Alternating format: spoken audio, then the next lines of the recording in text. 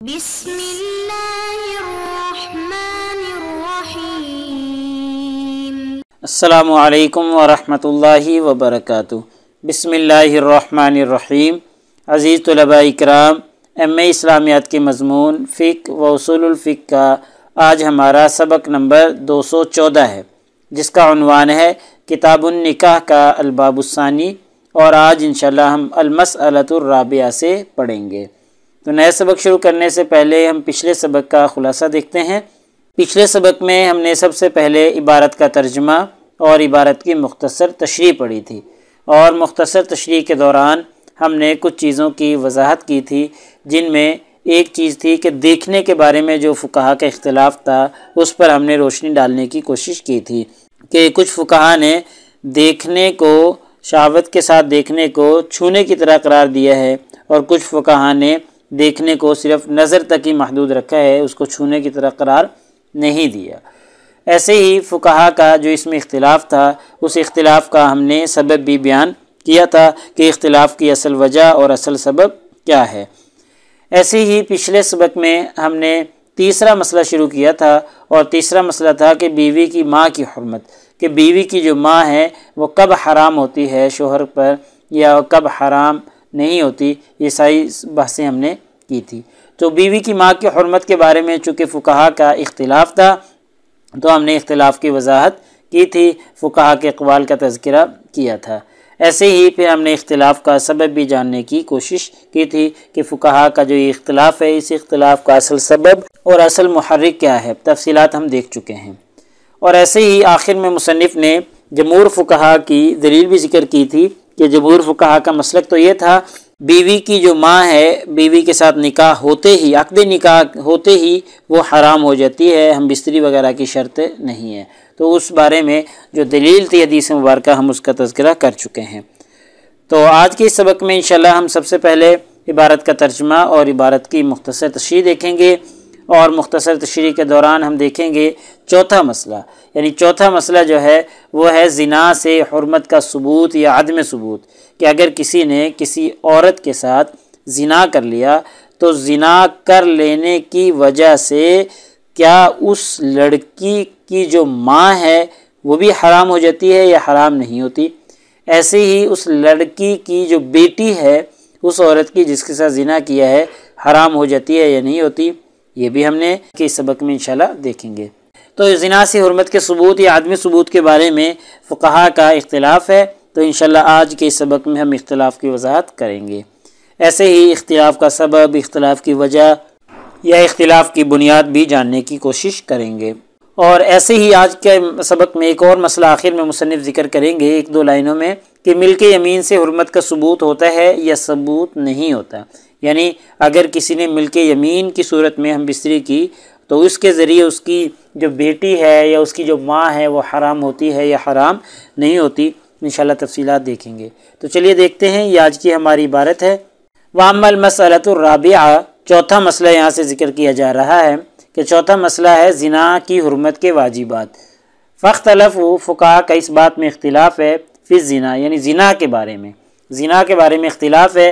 کہ حل یوجب من التحریم فی ہؤلاء ما یوجب الوطی فی نکاح صحیح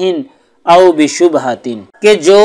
حرمت نکاح صحیح سے یا شبہ والے نکاح سے واجب ہوتی ہے، کیا وہی تحریم جو ہے زنا سے بھی ثابت ہوتی ہے یا ثابت نہیں ہوتی۔ یعنی جیسے ہم نے پیچھے پڑھا ہے کہ نکاح صحیح سے جیسے اس عورت کی ماں اور اس عورت کی بیٹی اس شوہر پر حرام ہو جاتی ہیں، تو کیا زنا کی صورت میں بھی کیا اس عورت کی بیٹی اور اس کی جو ماں ہے وہ حرام ہوتی ہے یا حرام نہیں ہوتی۔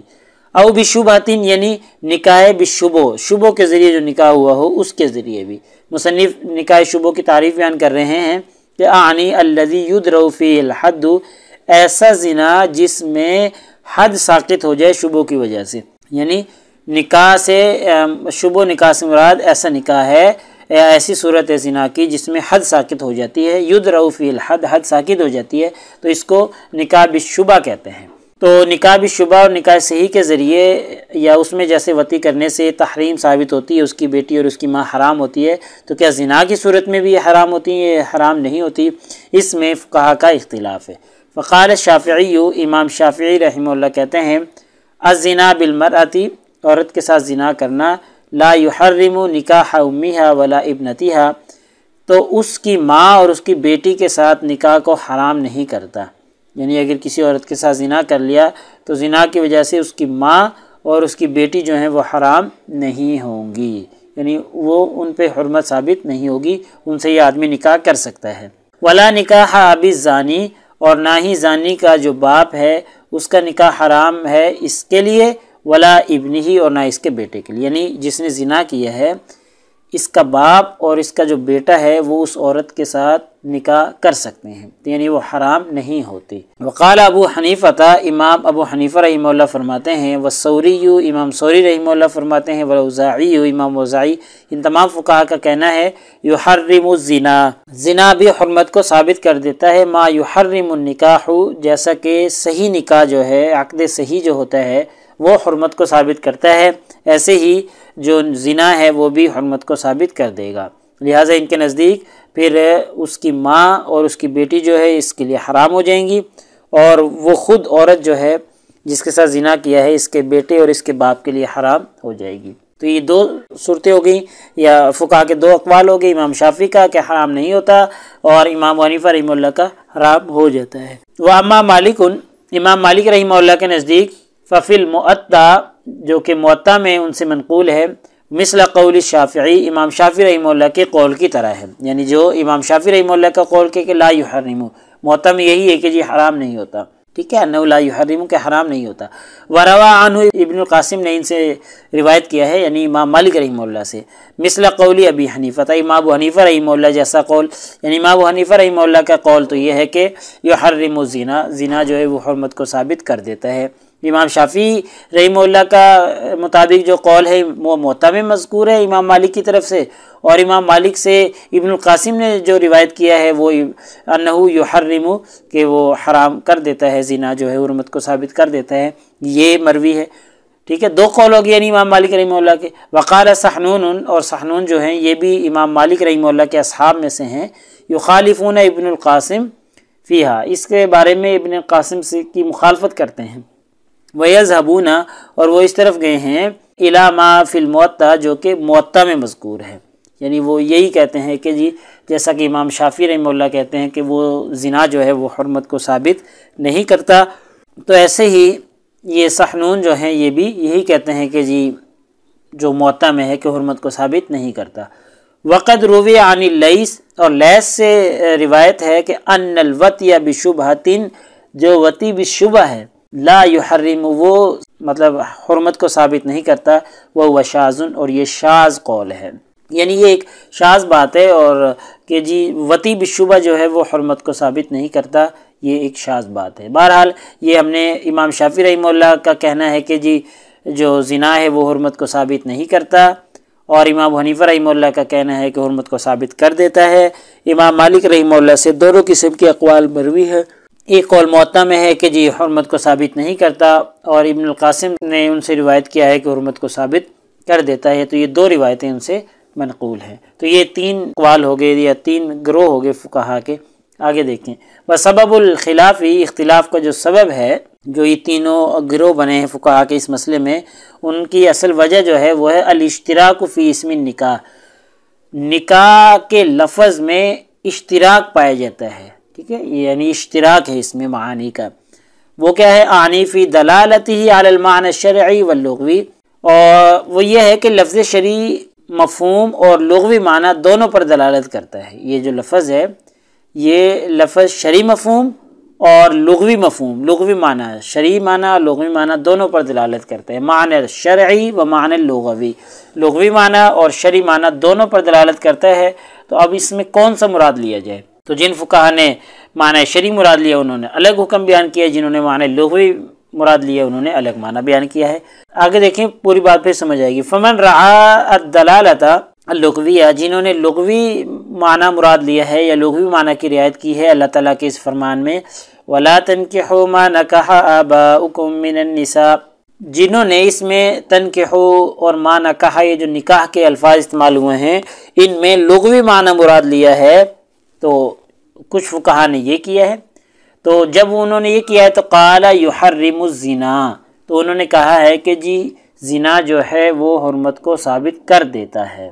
کیونکہ اللہ تعالیٰ نے فرمایا نہ نکاح کرو جن سے تمہارے باپوں نے نکاح کر لیا ہے،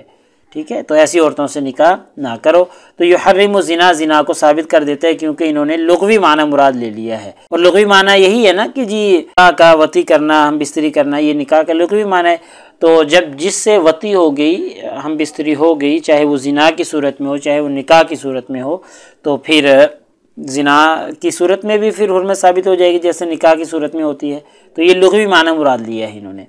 ومن رعت دلالت الشرعیہ، اور جنہوں نے شرعی دلالت مراد لی ہے، شرعی مفہوم مراد لیا نکاح کا، وہ کہتے ہیں لا یحرم الزنا، زنا کو حرمت کو ثابت نہیں کرتا۔ شرعی مفہوم کیا ہے کہ جی باقاعدہ ایجاب و قبول ہو، ایجاب و قبول کے بعد پھر ہم بستری ہو، تو یہ شرعی مفہوم ہے اس کا۔ تو یہاں پر جو کہ شرعی مفہوم مراد لیتے ہیں تو زنا کی صورت میں شرعی مفہوم نہیں پایا جاتا، تو اس لیے وہ کہتے ہیں زنا جو ہے وہ حرمت کو ثابت نہیں کرتا۔ ومن علل هذا الحكم بالحرمة التي بين الام والبنت،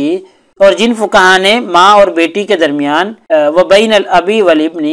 اور باپ اور بیٹے کے درمیان موجود حرمت کو اس حکم کی علت قرار دیا ہے، ٹھیک ہے، یعنی ماں اور بیٹی کے درمیان، باپ اور بیٹے کے درمیان میں جو حرمت ہے وہ اسی علت کی وجہ سے ہے۔ قال، وہ کہتے ہیں یحرم الزنا، زنا بھی جو ہے وہ حرمت کو ثابت کر دے گا۔ ومن شبہہ بالنسب، اور وہ فقہا جنہوں نے اس کو نسب سے تشبیہ دی ہے وہ کہتے ہیں لا یحرم، یہ حرمت کو ثابت نہیں کرتا زنا۔ کیونکہ اکثر فقہا کا اجماع ہے کہ نسب جو ہے وہ لا یلحق بزنا، زنا کے ذریعے ثابت نہیں ہوتا۔ جیسے زنا کے ذریعے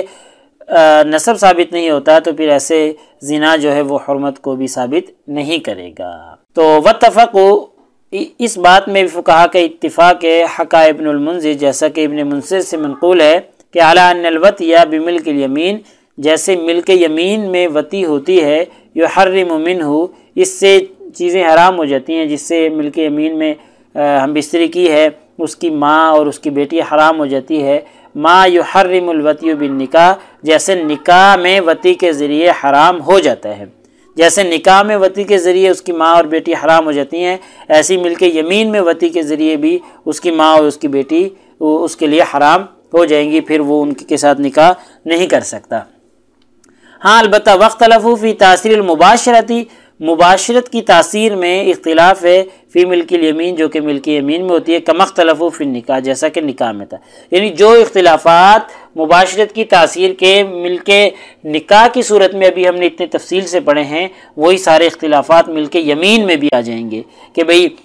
کس طریقے سے چھوئے، کس طریقے سے ہم بستری کرے، کن کے لیے ہم بستری کی شرط ہے، کن کے لیے صرف عقد نکاح میں حرمت ثابت ہو جائے گی۔ تو یہ ساری چیزیں جو نکاح کی صورت میں ہم نے پڑھی ہیں وہ ساری صورتیں جو ہیں، سارے اختلافات جو ہیں وہ ملک یمین میں بھی آ جائیں گے۔ لہٰذا ہمارے آج کے اس سبق کا خلاصہ نکلا کہ آج کے اس سبق میں ہم نے سب سے پہلے عبارت کا ترجمہ اور عبارت کی مختصر تشریح پڑھی ہے، اور مختصر تشریح کے دوران ہم نے چوتھا مسئلہ شروع کیا ہے، اور چوتھا مسئلہ تھا کہ زنا سے حرمت کا ثبوت یا عدم ثبوت، یعنی زنا سے حرمت ثابت ہوتی ہے یا ثابت نہیں ہوتی۔ اس میں فقہا کا اختلاف تھا، تو اختلاف کی وضاحت ہم کر چکے ہیں کہ فقہا کے 3 گروہ بنے تھے، اور پھر ہم نے آخر میں اختلاف کی وجہ اور اختلاف کا سبب بھی جان لیا ہے۔ ایسے ہی ملک یمین سے حرمت کا ثبوت یا عدم ثبوت، اس کے بارے میں آخر میں مصنف نے مختصر سی گفتگو کی ہے اور بتلایا ہے کہ ملک یمین سے بھی حرمت ثابت ہو جاتی ہے جیسے نکاح سے ہوتی ہے، تو جو اختلافات نکاح میں ہوں گے وہی اختلافات ملک یمین میں بھی ہوں گے۔ تو پیپر میں پوچھے جانے والے سوالات سے متعلق اگر ہم گفتگو کریں تو ایک سوال یہی ہے کہ جی مذکورہ عبارت کا ترجمہ اور تشریح کریں۔ ایسے ہی زنا سے حرمت ثابت ہوتی ہے یا نہیں، فقہا کے اقوال کی روشنی میں بیان کریں۔ تو یہ ہم نے تفصیلات دیکھ لی ہیں، تو یعنی اس سوال کا جواب ہمارا مکمل ہو گیا ہے۔ تو اگلے سبق نمبر 215 میں انشاءاللہ ہم اسی ترتیب سے چلتے رہیں گے، اور کتاب النکاح کا الباب الثانی ہمارا چل رہا ہے، تو انشاءاللہ آگے ہم الفصل الثالث سے شروع کریں گے۔ جزاکم اللہ خیر۔ السلام علیکم ورحمۃ اللہ وبرکاتہ۔ اللہ پاک آپ سب لوگوں کا حامی و ناصر ہو۔ اگلے سبق تک اجازت چاہتا ہوں۔